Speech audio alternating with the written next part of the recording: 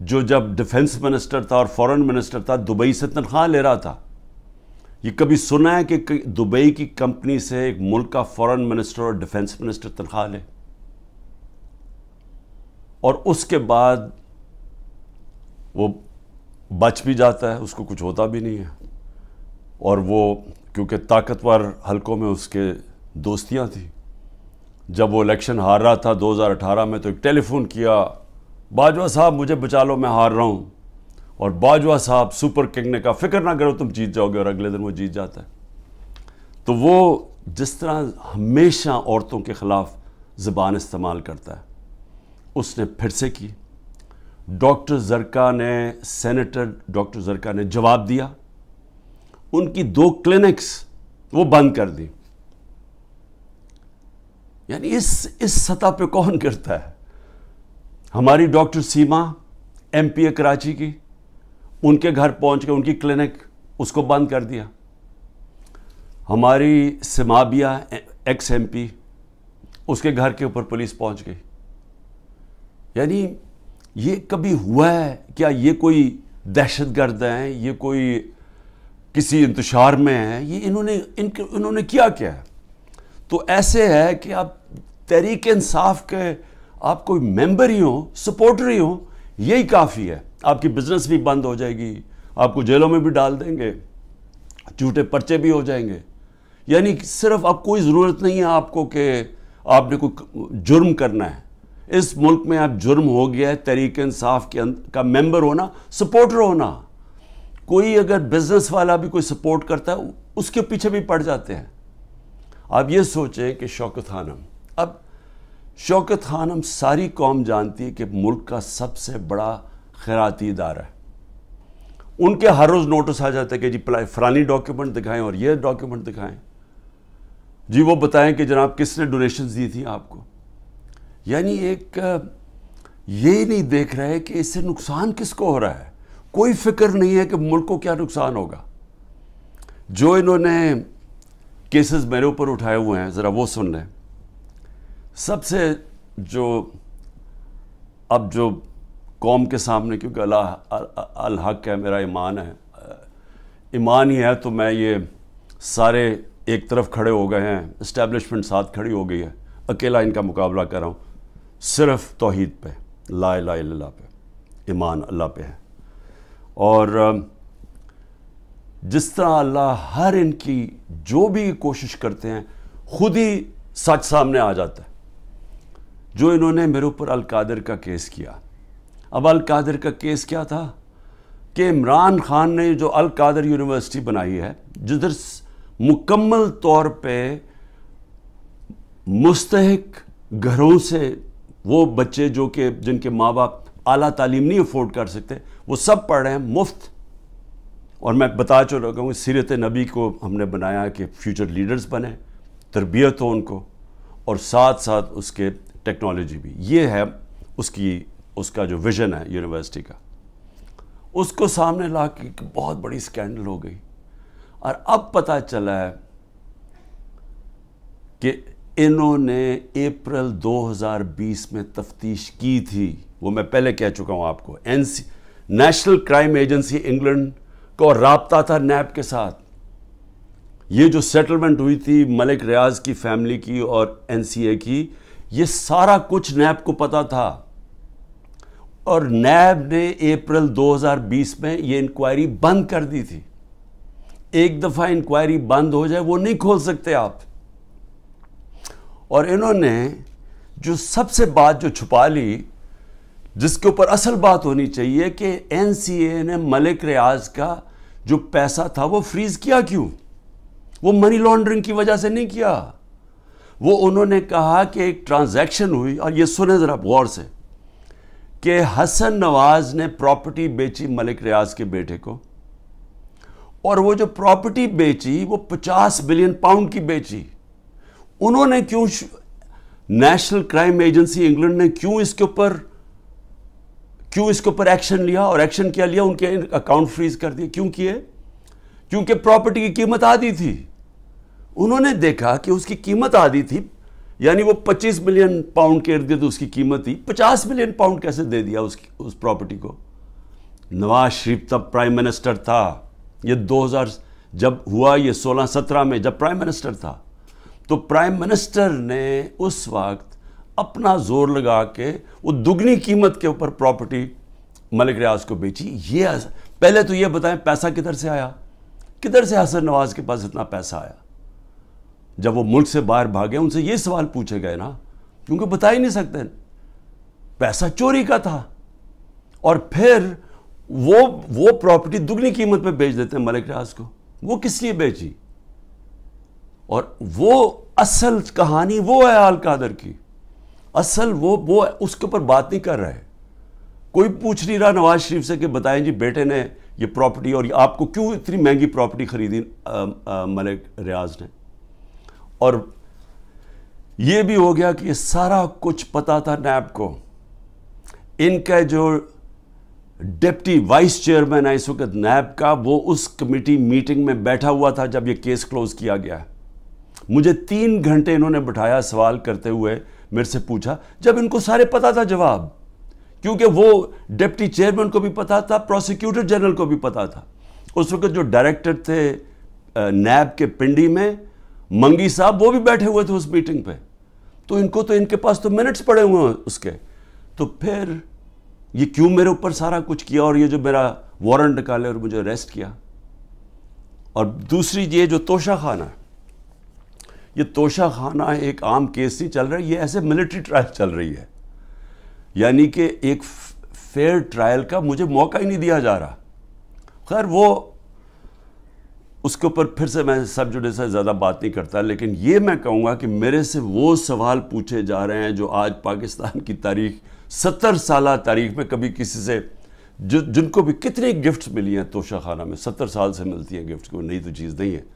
کبھی کسی سے وہ سوال نہیں پوچھا کہ جی آپ کو جو توشہ خانہ کی گفٹ ملی تھی وہ آپ نے آگے بیچی کس کو، یا آپ نے گفٹ کس کو کی.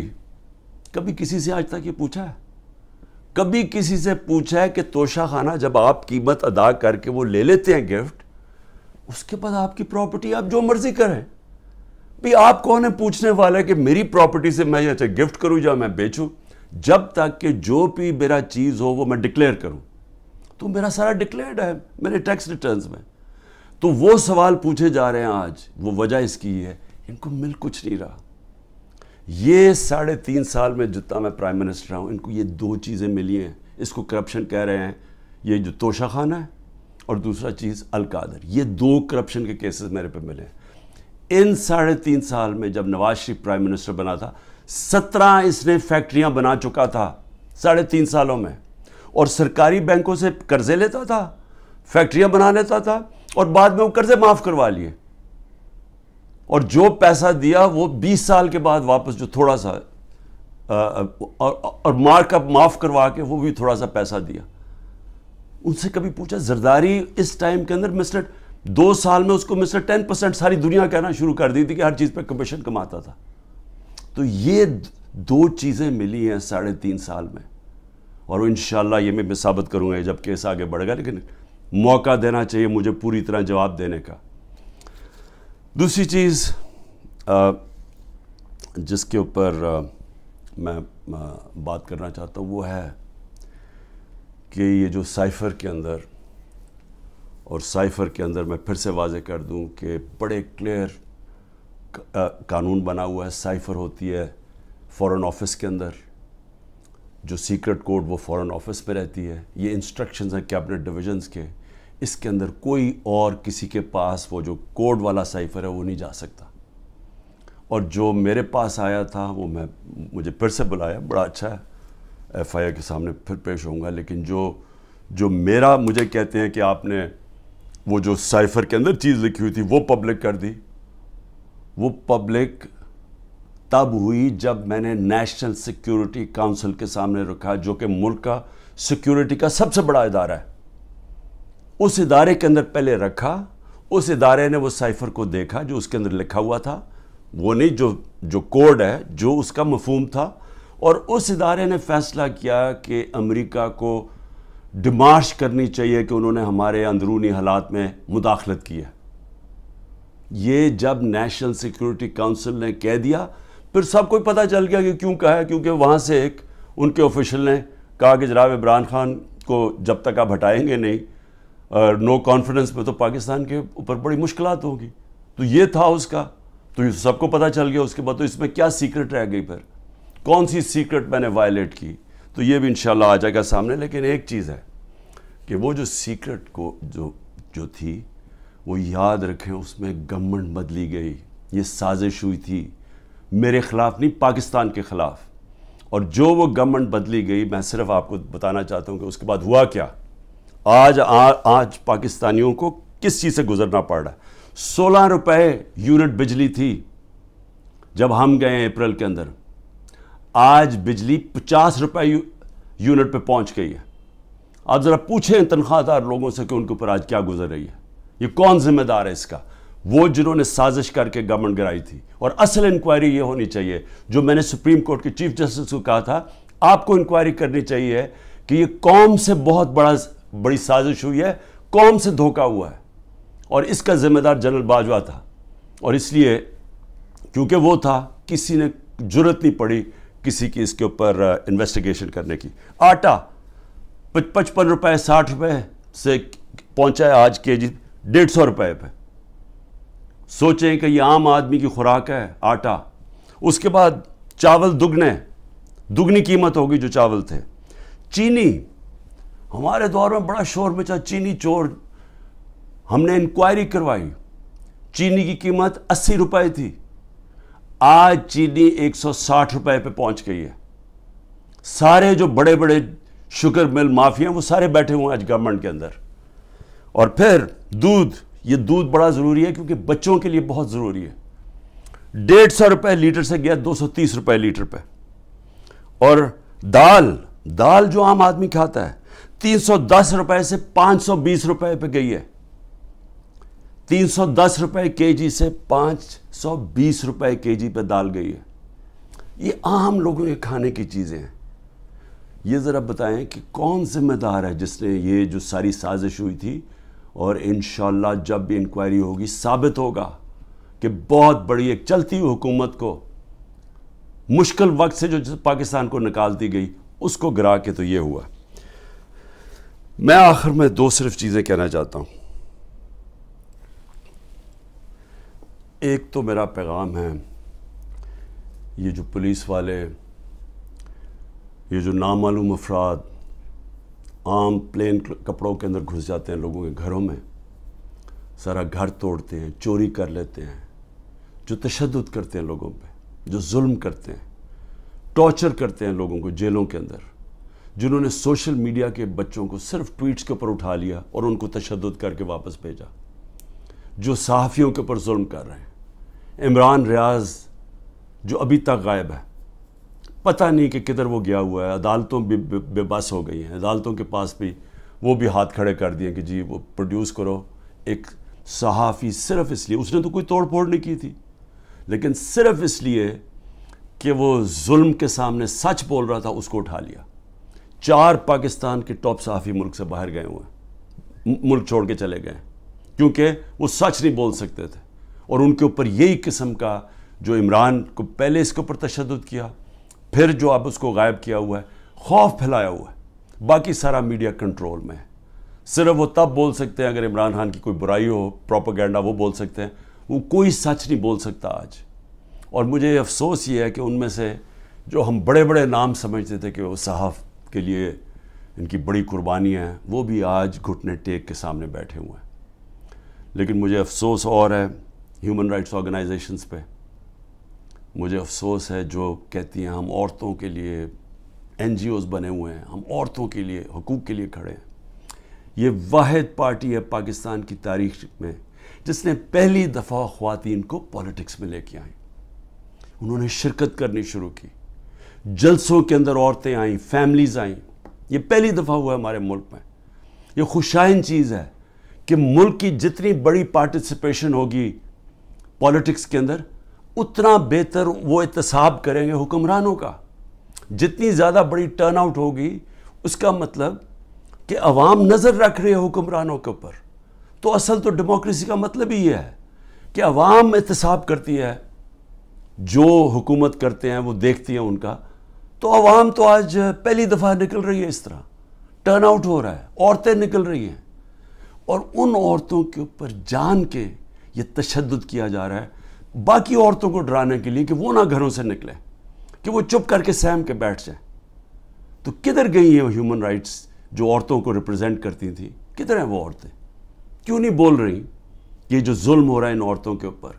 وہ بیچاری صنم اور طیبہ، وہ تو تحریک انصاف میں ان کا کوئی عہدہ نہیں ہے، ان کو جیلوں میں ڈالا ہوا ہے۔ وہ صنم کے خامد آیا، اس کو پکڑ کے لے گئے، اب ان کا گھر میں بچہ ہے، وہ کیا کرے گا؟ دونوں کو پکڑ کے لے گئے۔ عمر چیمہ، اس کی بیوی، میں پھر سے کہتا ہوں وہ کینسر کی سفرر ہے، کینسر کی سے اس کو پکڑ کے جیل میں ڈال دیا، صرف اور صرف دہشت پھیلانے کے لیے کہ عورتیں گھروں سے نہ نکلیں۔ اور پھر سے کہ نہ یہاں بول رہی ہیں نہ باہر، بڑی فکر ہے افغانستان کی عورتوں کی، بہت فکر ہے، اور ہے ٹھیک ہے کہ اسکولوں میں سب سے زیادہ ملک کی بہتری ہوتی ہے جب عورتیں پڑھی لکھی ہوتی ہیں، اور پاکستان میں تو خاص طور پہ جب آپ کی آبادی تیزی سے بڑھ رہی ہو تو اس کو روکتا ہی ہے کہ پڑھی لکھی، جب آپ کی بچیاں پڑھی لکھی ہوتی ہیں، عورتیں پڑھی لکھی ہوتی ہیں۔ لیکن کیوں فکر نہیں ہے کہ یہ پاکستان کی عورتوں سے کیا ہو رہا ہے؟ تو ایک تو یہ ہے۔ میں آخر میں صرف یہ کہنا چاہتا تھا کہ جو مرضی آپ کر لیں، یہ آپ جو سب کچھ کر رہے ہیں، یہ جو سارا دہشت پھیلائی ہوئی ہے اور لوگوں کو جیلوں میں ڈالا ہوا ہے اور گھروں میں یہ توڑ پھوڑ کر رہے ہیں، یہ آج میرا دن یاد رکھ لیں، جب بھی الیکشن ہوگا آپ تحریک انصاف کو روک ہی نہیں سکتے، کیونکہ آپ لوگ اگر سہم بھی گئے نا، دلوں کے اندر ان جو فیصلے اور ذہنوں میں کر بیٹھے ہیں وہ اس سے نہیں پیچھے ہٹنے لگے۔ جب ایک آبادی ایک طرف آ کے کھڑی ہو جاتی ہے، قوم کھڑی ہو جاتی ہے، کوئی دنیا کی پاور اس کو روک نہیں سکتی۔ یہ صرف عارضی طور پہ آپ تھوڑی دیر لوگوں کو سہم جائیں گے، ڈر جائیں گے۔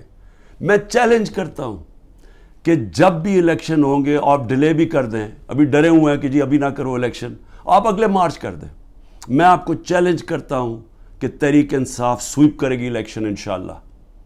مجھے جیل میں ڈال دیں، ڈسکوالیفائی کر دیں، جیتنا تحریک انصاف نے، کیونکہ قوم فیصلہ کر بیٹھی ہے۔ اور یہ جتنے آپ حربے استعمال کر رہے ہیں، آپ تحریک انصاف کا ووٹ بینک اور بڑھتا جا رہا ہے۔ لوگ بیوقوف تو نہیں ہیں، قوم تو دیکھ رہی ہے کیا ہو رہا ہے، اور قوم کے اندر غصہ ہے۔ ایک معاشی طور پہ ان کا قتل کر دیا ہے، ایک مہنگائی ان کو لے بیٹھی ہے، ایک یہ 30 سال سے وہ شکلیں دیکھ رہی ہیں جو ملک کو لوٹ کے پیسہ باہر ان کا پڑا ہوا ہے، اور پھر ان کے اوپر خوف طاری کیا ہوا ہے کہ جناب ہم آپ مایوسی پھیلائی ہوئی ہے کہ تحریک انصاف جیت نہیں سکتی، عمران خان کے اوپر کانٹا مارا ہوا ہے۔